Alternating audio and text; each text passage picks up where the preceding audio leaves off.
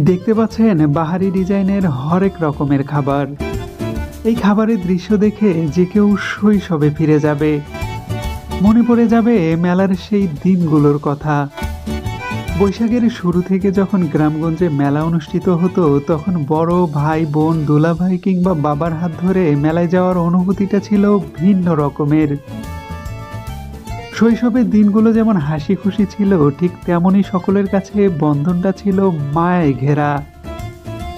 খাবারগুলোর দিকে তাকালেই যেন মনে হচ্ছে, ইস, যদি আরেকবার শৈশবে ফিরে যেতে পারতাম, তাহলে না জানি কতই না মায়ের আবদার নিয়ে বড়দের কাছে এই খাবারগুলো কেনার জন্য বায়না ধরতাম।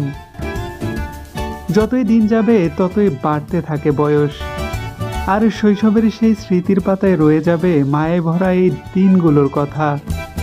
কেউ যখন হাত ধরে মেলায় নিয়ে যেত, তখন শুরুতেই বায়না ছিল এই খাবারগুলোর জন্য।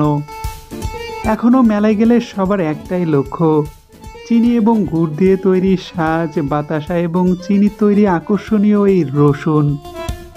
চিনি দিয়ে তৈরি এই রসুনগুলো মুখে দিলেই হাওয়াই মিঠাইয়ের মতো গলে যায়, মুখে রয়ে যায় স্নিগ্ধ মিষ্টি এক স্বাদ।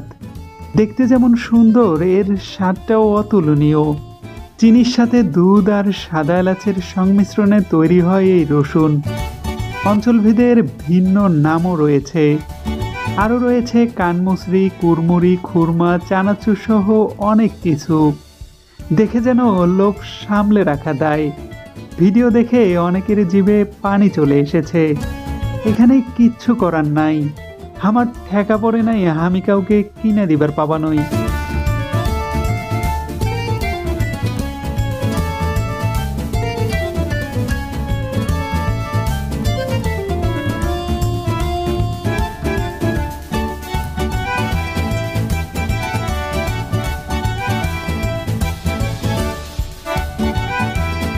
এগুলো খেতে হলে অবশ্যই আপনাকে আসতে হবে গ্রামের মেলায়।